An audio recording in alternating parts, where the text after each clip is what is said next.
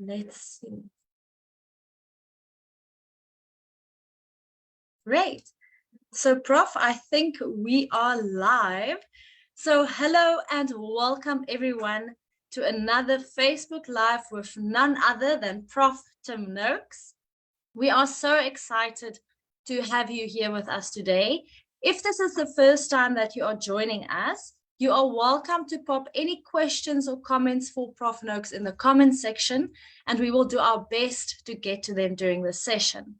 Then, if you are, you've been here before, and even if you are new, please let us know where you are from and just say hi in the comments. It's always lovely to hear from you.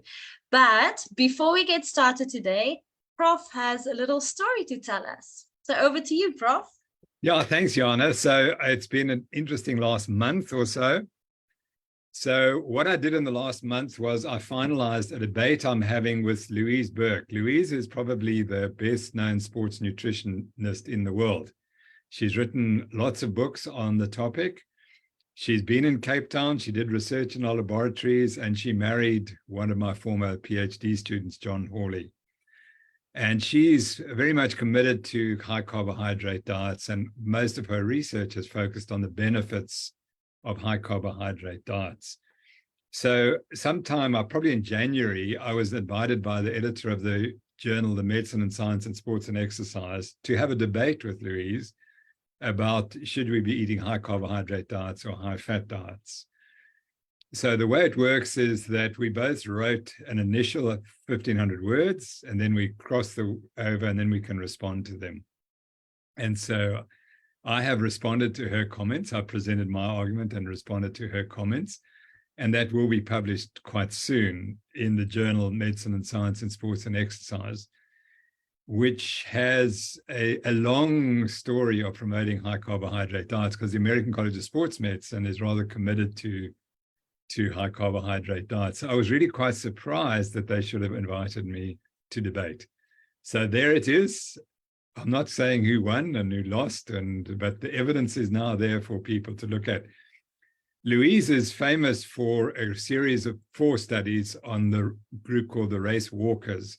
So they were race walkers that they brought to Canberra, where she was working in the Australian Institute of Sport. And they tested these athletes over a 4-week period when they put some on a high carb diet and some on a high fat diet. And the athletes on the high fat diet generally did worse. And so that then became the so-called nail in the coffin for the high fat diet. But there were a number of problems with the studies in that they were short term, but most importantly, they weren't randomized controlled trials. In other words, the athletes chose the diet, and that unfortunately then that can't prove anything, because the reasons why they choose the diet may explain why the results were as they were. So they're hypothesis generating, and so they generated the hypothesis that the low carbohydrate diet impairs performance. It didn't prove it. And unfortunately, in all the reviews of those articles, no one made that point. So the title of the articles are always low carbohydrates are bad for you, but they didn't prove that. That's a hypothesis. It wasn't fact. So that's the one. But then the one of the chapters I wrote in the textbook was about, is it muscle glycogen or liver glycogen that determines exercise performance, limits exercise performance? And so I finished that off, and then I went back and looked at it again, and I realized that there was more I needed to do on that article. So I've now almost done it, and it's taken 18 months, and I've looked at in excess of 400 studies where athletes ate carbohydrates either before or during exercise. And I finally, a week ago, solved the problem. I now understand why metabolism works as it does when you take carbohydrates or you take fats. And there are very simple rules. And the key is those rules must explain everything. So every study that I look at, you must be able to explain it on the basis of those rules. So I already made this point earlier in an earlier article that we're told that carbohydrates are jet fuel, yet at rest, 50% of the energy that most of us burn comes from carbohydrates. So, but hold it, I'm at rest. Why would I need to burn this jet fuel? So therefore, clearly there's something else. That's the first point that I realized. Secondly, we proved that fats can do it all for you. You can do any form of exercise with fats. So therefore, carbohydrates are not essential. That's been known ever since the low carb story broke like 15 years ago. Eric Westman has been telling us that carbs are not essential, and he's quite right. Carbs, you do need carbs for your brain function, but that can be generated by the liver. You don't need to ingest any carbohydrate. So on the basis of those known facts, that high-fat diets can provide all the energy you require, even during high-intensity exercise and you burn carbohydrates at rest. The answer is the following. The reason we burn carbohydrates is not as a fuel source. It's in order to regulate our blood glucose concentration. That's the key. And already in 1970, that was the argument. So we burn carbohydrates that we've recently ingested to get them out of the bloodstream, and we dump them in our muscles and in the liver to get rid of it. So that's the easiest way to get rid of glucose out of the bloodstream, is to dump it into the muscles or into the liver. So that's the one system. The carbohydrates, when you ingest carbohydrate, the body's stressed and it tries to regulate your blood glucose concentration. Now, the reason you burn fat during exercise is to make sure your blood glucose doesn't drop. So that's the opposite. So in all the studies, it's absolutely clear that you burn fat when you're in a carbohydrate depleted phase. And that fat, besides providing fuel, is protecting the liver from dropping the glucose too low. And we really showed that in 1996 in some studies where we took people and we had them exercise when they were eating low carbohydrate diets. So they started exercise in the depleted phase. And then we infused glucose just enough to keep the blood glucose normal. And the body just burned fat. It was as if you were giving it glucose and it didn't recognize that you were actually giving it glucose. It continued to burn fat until you tried to raise the blood glucose by giving too much. Then the body would burn the glucose. So there it was in that beautiful study we had, although we didn't realize it in 1996, we had a part of the key solution, that you burn fat when your muscles are empty of glycogen, and that the danger under those circumstances, they'll burn too much glucose. So you don't do that, you burn fat. If you impose on that system, give it more glucose, the body will burn the glucose to bring the blood glucose back to normal. But if the glucose is normal, it won't burn that extra glucose. So that's a long story, but it does tell us now why we burn carbs and why we burn fat. And those are the controls, I should say. That's how we control it. You burn fat, obviously, to provide energy, but then you have to have a control of how much fat you're burning. And those are the controls that are present. So I'm currently finishing that article up and hopefully to submit it in about a month's time. That's so exciting. And I think it touches on one of the questions that came up last week, if I recall correctly. So is it, for example, if you're an endurance athlete that does long distance running or cycling, would that mean that if you are on a ketogenic diet, that at some point you have to ingest carbohydrates? Yeah, that's true. So the one deficit in the design of humans, either through evolution or through creation, the one weakness we have is that, and again, I pointed this out in the textbook because no one had ever observed it. When you start to exercise, you will try to conserve carbohydrates so you burn more fat. And now I understand why you're burning more fat. It's to prevent your blood glucose dropping too low. But the actual glucose in the bloodstream is burnt more and more and more during exercise. So that's the paradox. So you burn the glycogen in the muscles, and obviously as it runs out, you're burning less of it. So you're burning more fat and less carbohydrate from the muscles. But the carbohydrate from the liver is burnt at an increasing rate during prolonged exercise. And ultimately, a position has to be reached, absolutely has to be reached, that if you don't take carbohydrates, and it doesn't matter how fat adapted you are, your blood glucose will fall. And you will then, so what does the body do? It says, well, we can't allow this to happen, so we'll just stop you exercising. And so that's why you stop exercising. And if you read Law of Running, I mean, I had some classic experiments personal experiments developing hypoglycemia during the comrades, and you just finish, you can't do a thing. But ingest glucose and you're off. There's a famous picture of, go back to the 1979 Comrades Marathon, which is a 56-mile race for those people who don't know South Africa. And Johnny Halberstadt ran the race. He was the fastest miler. He ran a sub-4-minute mile, and he ran a very fast marathon. And he enters the Comrades, and he gets to about 50 miles, and then he stops and he says, I've diluted my salts, which he hadn't done. And then you see him drinking a bottle of Coca-Cola, and the guy comes past him and gains about 3 minutes. And they've still only got, say, 10 Ks to go. And Johnny drinks the glucose and off he goes. He storms after the athlete. So from being absolutely unable to exercise, he takes the Coca-Cola and he storms up, and he almost won. So he'd become hypoglycemic, as you must if you exercise for long enough. Well, thank you, Prof. That's so interesting. Before we head into the questions, I just want to say hi to a few people here. I see Wendy has joined us again all the way from Canada. Henry is saying hi, Prof and Yana. The Nutrition Network team is here. They're saying hi.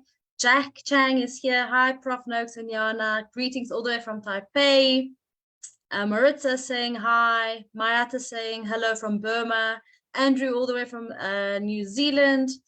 Yeah, and just so many. Yeah, Jolene from one of the Eat Better South Africa coaches is here, and Maria from Melbourne, Australia. Caroline, welcome everyone. We are so happy to have you here with us. I just quickly want to mention that, Prof, you spoke about the new ketogenic textbook from the Nutrition Network. If anyone is interested in getting their copy of this, there you've got it. There you've got it. I'm going to ask the media team just to pop the link in the comments section so you can go check it out if you would like to order your copy. Then, the first question for today, Prof, is from Martha. And they're asking, Prof, I am not doing LCHF yet. I want to start, but scared of going all in and would rather start slowly. Where can I start? Yeah, Martha, that's great. The key is that you have to get rid of the glucose or sugar addiction. That's the key. So the first thing you need to do is address sugar. Get sugar out of the diet, and then you can start addressing the other issues. Because we find that people who fail on the low-carb diet are those who don't address their food addictions. And most of us have it. I was a classic sugar addict. And fortunately, 12 years later, I'm still in remission because I just don't touch sugar. But if I did, it would be back within days. I'd be all the way. That's how powerful it is. So I think what you should do is you should start looking at the foods that have sugar in them and stop adding sugar to your drinks and stop drinking anything that is highly sweetened and slowly get rid of that taste. That's the first thing. And then start to move off ultra-processed foods and move on to real foods. You know, I just eat 5 foods: meat, fish, dairy, eggs, and nuts, and a few vegetables. That's about it. I may have missed 1 or 2 things, but those are the keys to my diet.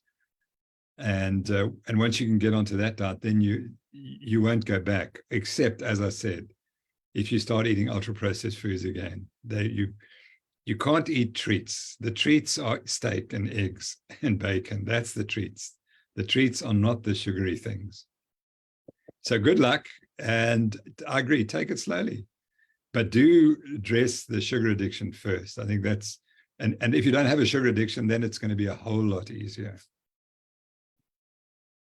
Thank you, Prof, and thank you, Martha, for that question. The next question is from Brenda. I've noticed hair loss since I've started doing keto. Why would that be? Yeah, Brenda, quite a few people notice that. And some people just say it's the stress of the diet. You know, normally we link hair loss to a protein deficient diet. And you can see that in people who eat vegan diets, particularly the quality of their hair goes, and then the hair gets shorter and shorter because it splits.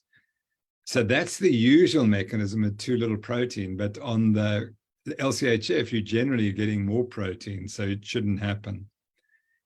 So let's hope it's just a stress response, and that as you go further, your hair growth will return. I'm not sure that you even have it in the textbook about hair loss, but so it's something that is recognized but not studied. So I can't give you a scientific explanation for that. Thank you, Prof. And thank you for that question, Brenda. The next question is from Michael. Hi, could Prof. Noakes please explain the calories in, calories out model and why it does not work like that in reality? And why does the liver continue producing glucose even when the blood has too much of it already? Okay, I'll answer the second question. That's diabetes. What you're describing there is type 2 diabetes, where the liver glucose is uncontrolled, and it's largely because of other hormones like glucagon, which are driving the liver to push out the glucose. Now, normally that glucose will get deposited in the muscles, and in diabetes, you don't take up the glucose in the muscles as much as normal people. So that's one of the problems. And what you're left with is to turn the glucose into fat, so you get what's called a fatty liver. So those are the negative sides when the liver becomes insulin resistant, so that insulin is not acting, because insulin will inhibit glucose uptake in the liver. So you become insulin resistant, glucagon becomes the dominant driver, and the glucagon drives liver glucose production. And then it's not taken up in the tissues. And so, it produces fat in the liver and in the visceral organs. So you get that typical metabolic syndrome with visceral obesity. So those are all the consequences we know of eating a high carbohydrate diet for a long period. And let me come back to what I said at the start. Remember what I said, that why do you burn carbohydrates? You burn it to regulate your blood glucose concentration. And my opinion is that eventually that system fails because humans aren't designed for that. If you read, again, the ketogenic textbook, and one of the first chapters is on what humans ate. I apologize, I'm talking evolutionary, and I know many people don't agree with evolution. But according to the evolutionary model, humans evolved on a high-fat, high-protein diet 2 to 3 million years ago. And that we never saw carbohydrates. So the system is designed not to burn or use carbohydrates. When carbohydrates came along, we suddenly had this huge stress because our blood glucose levels were shooting up and down. And the system was designed then to get rid of that glucose as quickly as possible. Now, my interpretation that the reason why we have this obesity, the pandemic, and the type 2 diabetes pandemic is that system wears out. It did in me. It wore out by the time I was 50 or 60, repeatedly challenging the system by eating too much refined carbohydrates and sugar. Eventually the system packs up. And then when it packs up, the liver is just overproducing glucose, as you indicate. And that's because of the mechanisms I've described. So I see that as ultimately a failure of blood glucose regulation. That's what produces obesity and diabetes. Now, to return to your calories in, calories out model, if I take you and put you in confinement and don't feed you food, you will die and you will lose weight. Why? Too little energy coming in and too much energy going out to keep you alive. So no one contests that. Absolutely. You know the old story, in the concentration camps in the Second World War, there were no fat people. Okay, so that means it was just people are lazy and they eat too much. But that's completely wrong. The reason why the calories in, calories out model isn't helpful, because you eat calories in response to hunger, and that's what sets it up. So if you want to pull your calories down to lose weight, you have to get rid of the hunger. And that's the key control mechanism. So when we talk about obesity and its regulation, talking calories in, calories out isn't going to help, because you cannot sustain a calorie deficient diet for a prolonged period of time. Ultimately, you get so hungry that it breaks out. And, there was a famous study by Ansel Keys, who is a person who gave us the wrong cholesterol story. He was all wrong about that. But he did a famous starvation study in the Second World War, in which he had people eating 1,500 calories. These were yet men of military conscription age. They chose not to go to the war, so they were put through these experiments. 1,500 calories a day. They became so depressed and anxious that they were almost suicidal. So that's what happens if you restrict the food intake of people. They become suicidal. So the calories in, calories out doesn't help. You've got to focus on what's the real issue. And that is that you must make sure you don't get hunger. That's the first point. The second point is not all calories are equal. And the calories that cause insulin secretion, in my opinion, are more likely to make you hungry and make you want to eat more calories. And that's why it matters what calories you take. And that if you eat fat and protein, you're more likely to get satiated at a lower level of calorie consumption. And those calories act in your body differently than candies and sugary drinks. They're totally different. So that's why the calories in, calories out model doesn't work. It's because the effect on hunger is critical and the effect on your metabolism is critical. And as far as we argue in the textbook, it's better to keep your insulins down by eating high-fat, high-protein diets, because they seem to make you less hungry and they don't cause you to secrete insulin. So ultimately, you're less likely to get type 2 diabetes. Incidentally, there's another very exciting tweet this morning that David Unwin, who's done magnificent work, and I honestly say this, I think he should get a Nobel Prize, because he started treating type 2 diabetes in his clinical practice as a general practitioner. He's not attached to a university. This is a guy who does a work on his patients in the practice. And he's cured over 100 people with type 2 diabetes simply by putting on the low carbohydrate diet. And the article he wrote in the British Journal of Nutrition, probably 2 or 3 years ago, has got the highest rating for citations of any article they've ever published. So that's phenomenal, because this journal publishes all sorts of articles. And here he is working out of his general practice, writing an article that becomes the most cited nutrition article in this particular journal, which is probably the leading journal in the world. So that we're winning. So. Thank you, Prof. And that's really incredible news.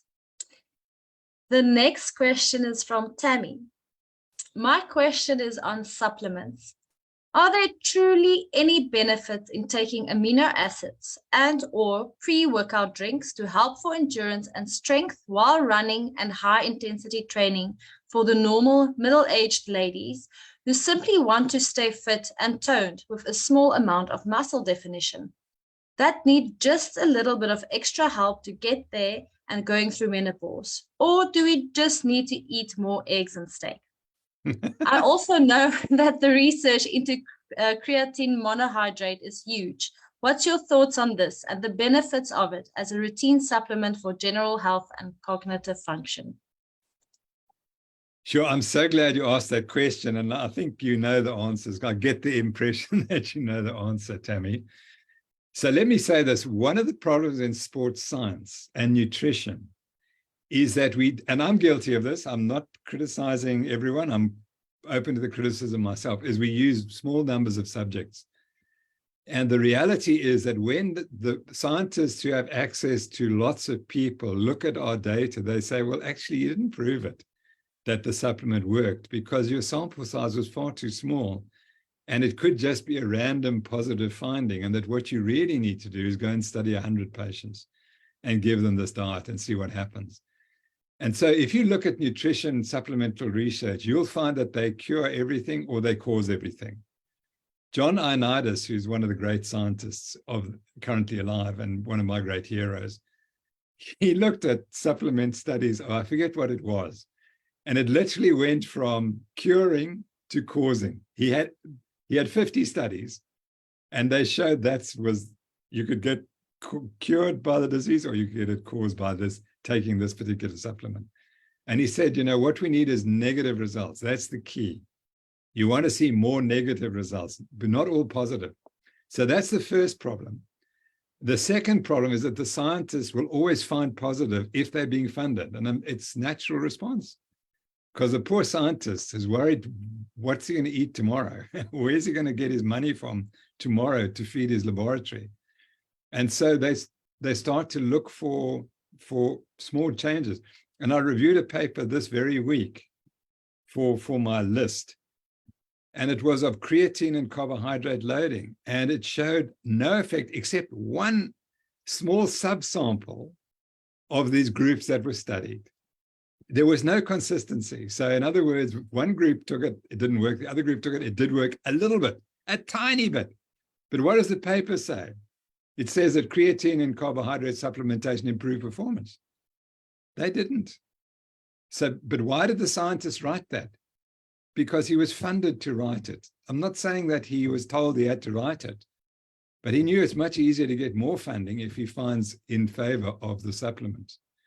So, Tammy, to answer your question, I would ignore 99% of the studies on supplements. And as I'm rewriting Law of Running, that's one of the things I've said, because in the past, we had a chapter on supplements. And my co-author, Karim Khan, said, we're kicking it out. It's not real science. We can't have the real science if it's not real science. So the first point is the studies are far too small. And the negative results are never published. They only publish the positive results for obvious reasons. And secondly, there's a bias. And also, I know that I can influence the people I research if I'm studying them. If I say, gosh, we're giving you this high-powered carbohydrate drink, and my gosh, it does such, we had a guy here use his carbs the other day and he won the marathon. And it's going to have a huge effect on you in this trial. Now, you're not allowed to do that. But how do we know it's not being said like that? And there was one sports science institute in America was funded by industry, and it had the name was there. Now, if you walked into there and you did a study with their product, do you think it's not going to work? Everyone who walks in there, the moment they see all these posters and the famous athletes drinking the product, they're in a different mindset. And so when they start to hurt and they exercise, they'll say, no, this product has to be helping me. And they'll know when they're taking it. So those are the problems. So the answer, Tammy, is you must eat more protein in your diet and forget about the supplements.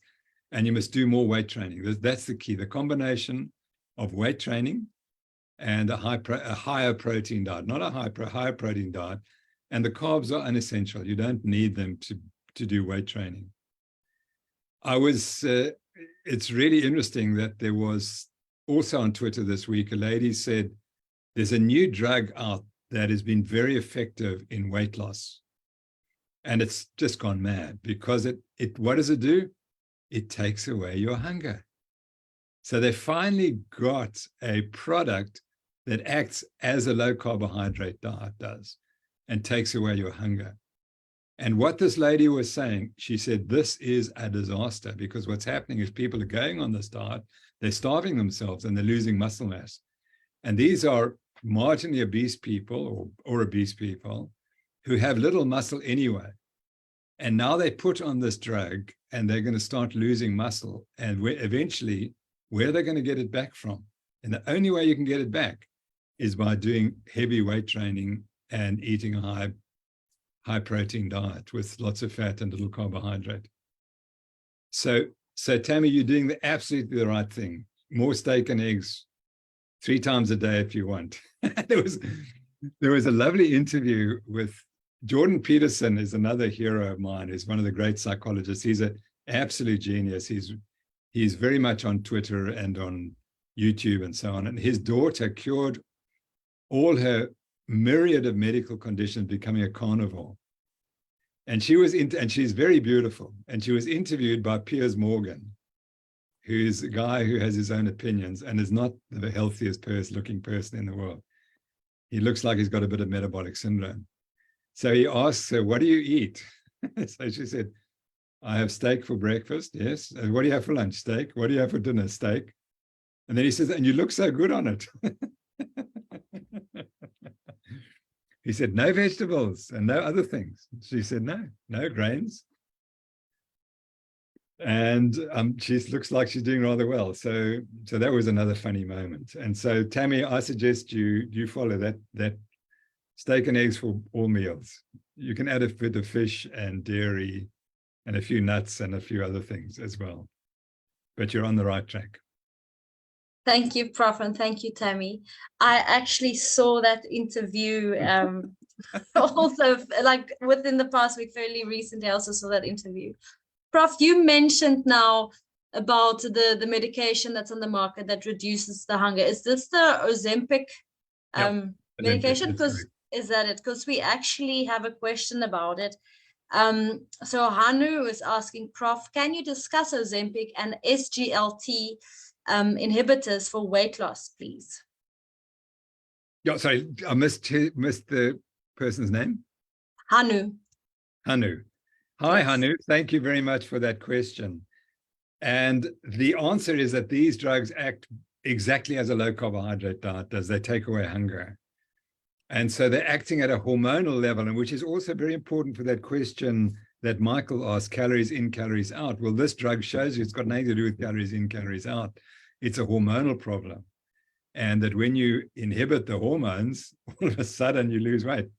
I would not suggest that you need them. I think, well, firstly, I mentioned the first problem is you lose muscle mass, and that's not being studied. And I know it's not going to be studied. And what's going to happen next is these drug companies are going to fund the exercise scientists who are going to do studies and they show, well, this is a magical drug. Look at it, how much weight you lose. And they're going to ignore the effect that you're losing a lot of muscle mass. So that's the first problem. And the second problem is as soon as you stop taking them, you put on all the weight goes back again. And thirdly, they're quite expensive. And as far as I know, that you buy injection and so on. So they're not easy to take. So I would, and it's a shortcut, it's an excuse. You know, what worries me about the world today is that we think that health comes from taking medication or being vaccinated or something. And that's not what health, I grew up in the era when we were taught that physical activity and looking after your diet is what determines your health. And I still believe that. And that's what we need to teach our students and our children. And we have to lead the charge by being exemplary in doing that ourselves and not falling for this pharmaceutical drug-based therapies. So that, and even if they work, there's a long-term downside that you're faking it. You've got to do it. There are other ways to do it. And as long as you get over your sugar addiction and you eat a high-fat, high-protein diet, you don't need those drugs. Thank you, Prof. And thank you, Hanu, for that question. The next question, Prof, is from Tilly. My son is pre-diabetic. This is unknown to us. Is Eureka, unbleached wheat, brown flour, and low GI white bread or brown bread okay to eat? Any suggestions will be helpful. Also, what he can and cannot eat. Thanks, Tilly. Well, in a sense, your son's lucky because you picked up the diagnosis early and therefore you can spare him from getting type 2 diabetes like I did. And again, mine's in remission now, but it's still, I didn't have to get it had I known how to prevent it. So Tilly, unfortunately, what happens with all those carbs, it doesn't matter if it's refined or not refined or complex or uncomplex, it's eventually broken down to glucose. And eventually the body has to get rid of it. And a pre-diabetic person like myself, we're intolerant of carbohydrate. That's the key. We just don't tolerate carbohydrates. So what you will find if you start checking your son's blood glucose levels, the instant you cut out all those products that you mentioned, it will be more easy to control his blood glucose concentration, and he will be reversed from being pre-diabetic. So I think I've mentioned that we've done some lovely studies with Philip Prince's team in Pennsylvania. And in the last study, where we had 10 athletes completely healthy. They participated because we'd screened them and we knew they were healthy. And we put them on a high-fat diet. And then, of course, part of the experiment, they were on the high-carbohydrate diet. And 3 of them, that's 30%, were pre-diabetic. 30%. And these were middle-aged people between 30 and 45. They were running, and they were pre-diabetic. And all that changed was we cut the carbs. They didn't lose weight. So there's the calories in, calories out. They didn't lose weight, but they reversed their diabetes and they became absolutely spot on normal. In fact, they were among the most non-diabetic in the group. So that's the answer. Prediabetes tells you that the child is resistant to carbohydrate, intolerant of carbohydrate. And normally, if someone's intolerant to something, we say, well, just cut that product out. And so that's my advice. And I promise you, if you can get your son onto a low carbohydrate diet, he will have a long and very happy and productive life. Because remember, diabetes is the biggest killer. It's completely ignored for whatever reasons, yet there's this pandemic. And diabetes destroys your arteries. And it's, I've had this long debate with the cardiologists, and they've always said it's the cholesterol's got nothing to do with diabetes.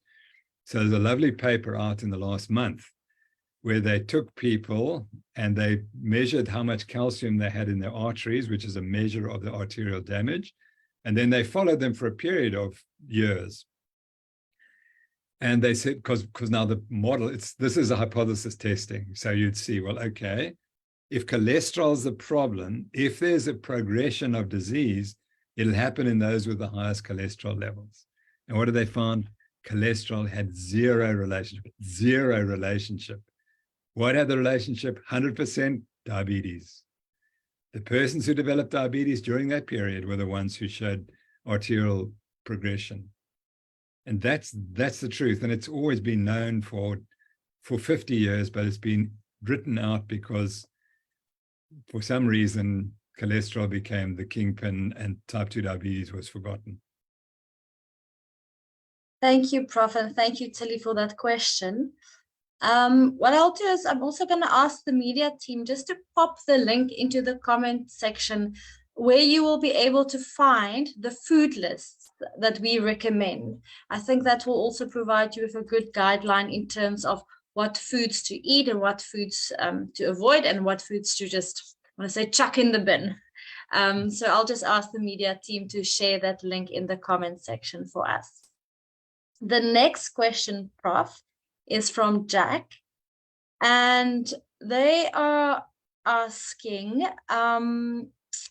my question now is that for how long a period of time, if my 2-hour after meal blood sugar remains under 120 or even 100, and my A1C stays under 5.4, can I start adding small quantities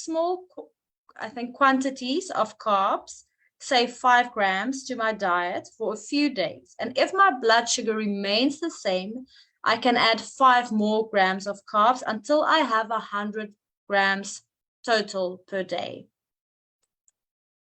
Yeah, Jack, that sounds quite reasonable to me. It sounds that you're probably quite insulin sensitive. So when I speak about the dangers of carbohydrate, I'm speaking as someone who has type 2 diabetes and who's completely resistant to any carbohydrate. It's not 100 grams, it's any. It's 5, 10, 15 grams that makes the difference. And people really need to understand that once you have type 2 diabetes, any carbohydrate is too much. So I come from that extreme position. It may well be that 100 grams absolutely doesn't touch size on you. In other words, you can metabolize it, you can store it in your muscles, and then you go out and exercise and burn it. That would be the key. So the muscles can definitely store up to, say, 300, 400 grams of carbohydrate. And so adding an extra 100 grams, if you were then exercising vigorously every day or every second day, you'd get rid of that carbohydrate and it wouldn't cause long-term problems. The problems start, I think, when you keep having lots of carbohydrate in the muscles, and then you eat more carbohydrate. And then the body says, but I can't get rid of this carbohydrate into the muscles because they're full already. And so what I would suggest to you is actually to test that. If you go out and exercise to deplete your liver muscle glycogen, and you can do that by doing a couple of sprints, 400-meter sprints. It doesn't take many, maybe 5 or 6, and you'll probably deplete all your glycogen in your muscles. What next happens is now when you eat carbohydrate, the body says, but there's not a problem. I can stuff all that carbohydrate into your muscles and you're fine. On the first day, on the second day, it's not quite as good. On the third day, maybe now your muscles are full of glycogen and now your glucose response will be different and you'll have more difficulty regulating your blood glucose. So if you want to increase your carbohydrates, 100 grams, for most people, that'll be fine if they're insulin sensitive. If you find that it doesn't work, well, you can choose one of two things. You can either say, okay, I'm going to do more high intensity exercise when I take in the carbs, or I'm just not going to eat those carbs. Those would be the options. But I quite agree. What I like about you is, A, you're experimenting on yourself. And secondly, you're doing it gradually and you're starting with a minimum amount. That's the key. So many people start with a maximum amount. So again, in all these studies I'm reading, we've got to the ludicrous stage where people are told they must eat 120 grams of carbohydrate every hour when they're running. And it's absolutely ridiculous. The science doesn't support that. And it's because they made these huge jumps. They start 30, 60, 90, 120. And they never go out and say, well, okay, what's the minimum amount of carbohydrate that I can use to get that effect?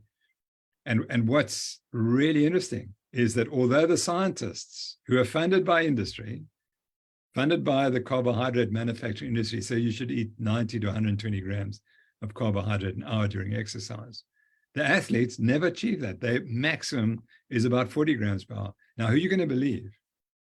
Are you going to believe the people who did the experiments in the laboratory, controlled conditions, and where they were able to force these athletes to take all that carbohydrate? Or are you going to believe what the athletes actually do in real competition when they look at winners and losers? And in one of those studies, which I've just reviewed, guess what? They found that the athletes who did the best were the ones who took in the most fat during a day race, a 24-hour race. Those who took in more fat were better, not carbohydrate. But no, we'll ignore that. We'll just pretend that doesn't exist. Thank you, Prof, and thank you for that question. The next question is from Michael. Would you agree with Dr. Chaffee that plants are trying to kill us, or is there room for veggies in our LCHF lifestyle? Michael, for low carbohydrate vegetables, no problem, as long as you're not sensitive to them. That's the key. So that a lot of people ultimately find that they have problems when they eat particular vegetables. And we mentioned, I'm forgetting, sorry, now I'm getting a blank card. We mentioned earlier the daughter of the great psychologist, Michaela Peterson, yes. Yeah. And she basically was so sensitive to any vegetables that she developed these autoimmune diseases. So that's the thing. As long as you're healthy, you're fine. It's if you're getting symptoms. My coach, CrossFit coach, was telling me the other day that he's mainly carnivore and he broke his diet for whatever reason. I think he had to, because he had to eat a bread roll. And he said, I was sick for a day. And I said, now, isn't it interesting that you lived your life eating bread and you didn't know that it was causing all these symptoms? But once you get rid of it and clean the system out, and you reintroduce it, you notice the problems. So to answer your question, I think you can do well without vegetables, but there's no reason to avoid them completely if you are not sensitive to them. But if you have any gut issues, it's worth questioning whether you aren't eating certain vegetables that don't agree with you. Thank you, Prof, and thank you for that question. The next question is from Henry. Hi, Prof. Does LCHF keto carnivore diet have a negative impact on testosterone levels? Yeah, I wouldn't have thought so, because that's a diet that humans evolved on, and we procreated and became very populated the world. So I wouldn't think so. I would think that there may be genetic differences, and that might explain the problem. The other thing is that, but I don't exclude the possibility that in some people, some individuals, it could have a negative effect. And again, that's why, when we do science, we take 100 people, or sorry, we don't, we take 20 people and we do an experiment on them, and we find this result. And we report that as this is what will always happen to everyone in the world if they do what we do. But how do you know that? We didn't study the Japanese, we didn't study the Mongolians, we didn't study people in Africa usually on these things, so we don't really know. So even though whatever we say as scientifically proven fact, we have to understand that it came from studies of a specific population doing a specific intervention. And for you, that doesn't mean to say that that's going to work for you. So I always say that even if you're told that you must eat lots of carbohydrate before exercise, or that it doesn't work, if I say it doesn't work, that doesn't exclude the possibility that there are individuals for whom it does work. We talk about the majority rather than the majority that we've studied. That's all. And the populations that we study are very specific. They are not globally representative. So we have to be very cautious, and we aren't, and I'm not cautious enough when we say this is what the science says, when in fact this is what the science says for that particular population studied under those particular conditions. That doesn't mean to say it applies to you, even if you belong to that population, because you never get 100% response, that not everyone responds exactly the same. Thank you, Prof, and thank you for that question. The next question is very interesting. It's from Colleen. Prof. Tim, what's your knowledge on the anecdotal evidence that people who do not consume toxic oils made from seeds or grains are far less likely to burn in the sun? I've been off these for 16 years. I have very fair skin, the Irish complexion. I just spent 5 weeks in Hawaii. I never burnt once. I did not wear any sunscreen. I did wear a hat, and if out in the middle of the day, I wore a rash shirt while snorkeling. Nonetheless, I went a lovely golden color and never had a sunburn at all. I've heard this is a thing, but is there any evidence for it? I would not go encouraging people to try it out themselves, but it was pretty outstanding evidence to me. I'm from Australia, and I stay out of the sun because I used to burn like a crisp. No longer, it seems. Colleen, that's fantastic. And there's so many anecdotes like that. And we mentioned David Unwin earlier today on the low-carb diets and diabetes. He had exactly the same response, and I too had the same response. All my life, I thought I had British skin, and I could always just go red. In the sun, I would just go red and it would peel, and I could never burn. I would never, tan. And since I cut out the seed oils, exactly the same response. So if you wanted to have a surefire research study, this was what you would do. You'd see that you could easily prove it. I've seen far too much anecdotal evidence that this is the case. And in your case, there you go, and you live in Hawaii on holiday and you don't burn. Well, what more evidence do you want? So I absolutely agree with you. And there's no question it is the seed oils. And the reason why the seed oils are so toxic is that they find their way into the cell lining. So instead of having saturated fat in the cell linings, you have now the polyunsaturated oils. And those are highly inflammatory. And so I think what's happening is that the sun is impacting on those cell membranes, and they're just sending out all these negative chemicals, and that's causing the inflammatory response that you get as sunburn.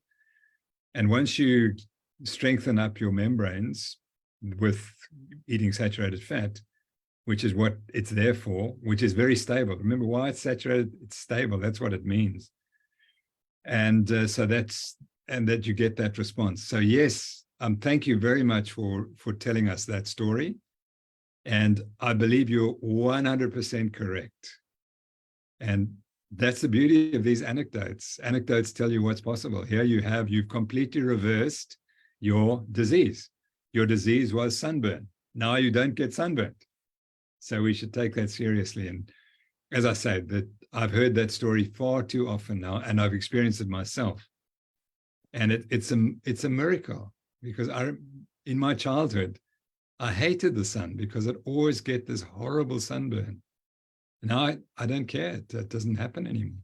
So thanks for reminding us of that. Thank you, Prof, and thank you, Colleen. The next question is from Jane, and they're saying they are a long-time follower, and the first question. Hi to all. Thanks for your time. I've had rheumatoid arthritis for 5 years, went low carb immediately on diagnosis, been pretty good at sticking to low carb, short stint of carnivore. Rheumatoid physician advised me today I have slightly raised paraprotein found on blood tests done as a result of consistently raised eosinophil. Not sure if I'm pronouncing that correctly. Plan now to watch and wait and repeat blood test in 4 to 6 months. Been advised could possibly be precursor to myeloma. I know you are unable to give specific medical advice, but would you make any comments, Prof, please?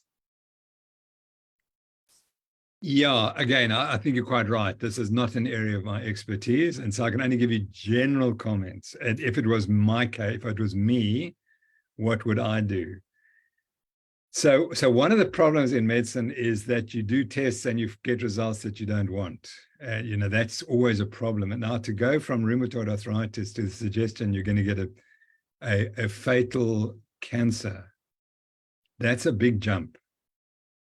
And I don't know what the evidence would be for that. It's just a bit worrying to me. Rheumatoid arthritis, I would always treat that with a low carbohydrate, completely vegetable-free diet. That's how I would start treating it. And see if there are any foodstuffs that make your condition worse. I can't talk about paraprotein, and eosinophilia means that you've got an immune response happening in your body. So again, I would look to what are you eating? Is your diet absolutely clean? Is it completely carnivore? That's what my advice would be. And we've mentioned the Petersons. Go and read about Mikhail Peterson. I'm not quite sure I get the pronunciation right. Mikhail Peterson. She's the daughter of Jordan Peterson. Jordan Peterson is very easy to track on the internet. He went carnivore after his daughter had gone carnivore. But she had such an amazing response, and she had arthritis. I presume it was rheumatoid arthritis, to the point where she had to have two joints replaced by the age of about 20. And she's just been spectacularly successful since then. So I know one anecdote doesn't prove anything, but you should go and consider that. So in summary, I would suggest that you increase your diet to become even more carnivore and see if that works. If it doesn't work, then of course you have to try something else. But it's honestly worth trying, because it doesn't cost you anything, and if it solves the problem, then you found the solution, which medication is not going to solve. If you have a dietary problem, the medication is going to solve it. So good luck, Jane. Hope it works. Thank you, Prof, and thank you for that question, Jane. The next question is from Glauce. Prof, this year my routine exams showed that I've developed myomas in my uterus. I know you are not a gynecologist, but could you maybe explain what they are, why they are so common, and if they are reversible? Maybe with LCHF diet? Thanks so much. Yeah, Glauce, thanks very much for that question, because myomas are benign tumors, so that they're cells that have started to grow more than they perhaps should have, but they localized within the uterus so that they don't have any threat to your life. They don't spread to your bones and to your liver and to your lungs, which is the way cancers generally kill us.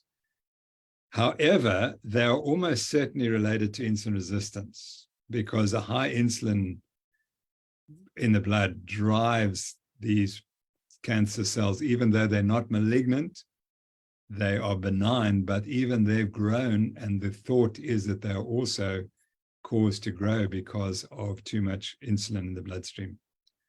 So the treatment is the low carbohydrate diet, no question. So that would be my advice.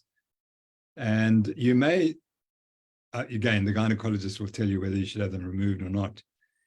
But if you have any part of the body that is responding in this way, it suggests that other parts of the body might also respond that way.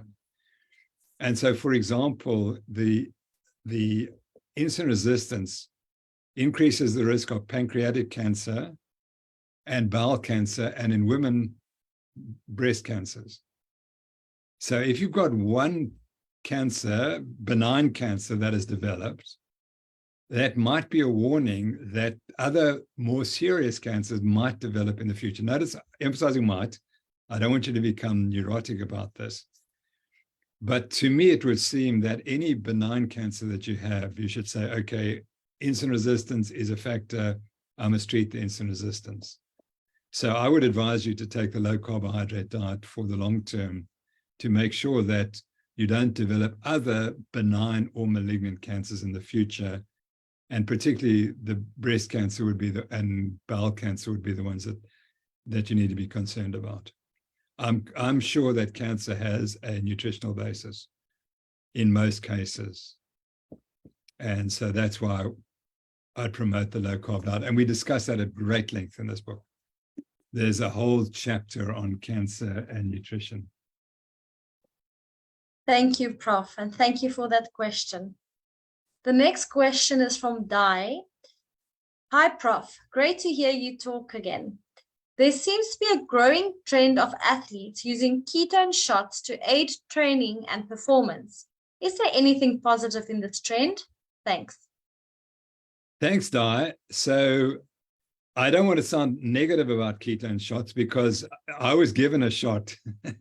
And by the way, that's a little mug of about 5 ml or 3 ml. And my glucose shot down and my ketone levels shot up. So there's definitely a value to ketone products in type 2 diabetes. And I suspect that there may well be a role for their use. So I don't want to stop people using them. The problem is, I understand, I think, what determines exercise performance, and I can't see that ketones would actually make it any different. So the first reason you're tired during exercise is because your blood glucose falls, and that you have to go out and exercise for 3 or 4 hours for that to happen. And taking 5 grams of glucose every hour or 10 grams would be enough to prevent it. So you don't have to take these expensive products, because these ketones are expensive. And they're not addressing the real issue, which is to raise your blood glucose, which you do by drinking glucose. So that's point one. But point two, ketosis does reduce your inflammation, your whole body inflammation. And so if you're an elite athlete, it may well be valuable to take ketones in recovery, not before exercise, I would say in recovery, and to increase your ketogenic state, because that may well prevent or reduce the inflammation that is induced by exercise. However, the greater benefit is always to be on the low carb diet. So that would be the first step. Go on the low carb diet, see if that helps in recovery. If it does, try ketone shots as well. But to take the ketone shots by themselves wouldn't seem to me to be the right approach. Rather start with reasonable interventions like foods, and then add them later if you think that might help you or they are helping you. Let me just say that there's a lot still to come out about the value of ketones. I believe they are hugely helpful, but I'm not sure that they actually make any difference to athletic performance. however, I did indicate recovery may be affected by the ingestion of ketones, and that might be a role for elite athletes competing frequently during the week, like soccer players who have to play 2 or 3 major games every week. Thank you, Prof, and thank you for that very interesting question. Unfortunately, we have come to the end of our live session today. I think the time went really quick. We did not get to everyone's questions, but we will keep them for next month, for our next live. And then I also just want to remind everyone that you are also welcome to send us your questions in advance. You can either send it via our email or on Facebook Messenger, and we will just add them to the list. Thank you so much, everyone, for joining us. Thank you for the amazing questions. It was so lovely having you with us. And Prof, of course, thank you for all your time and all your knowledge that you shared with us today. Thanks, Jana, and thanks everyone for fantastic questions. It's been a wonderful hour. I've really enjoyed every minute of it. Thanks so much. And I hope the answers, they might not always be correct, but hopefully they'll help you. Thank you, Prof. Thanks, everyone. Bye. Bye.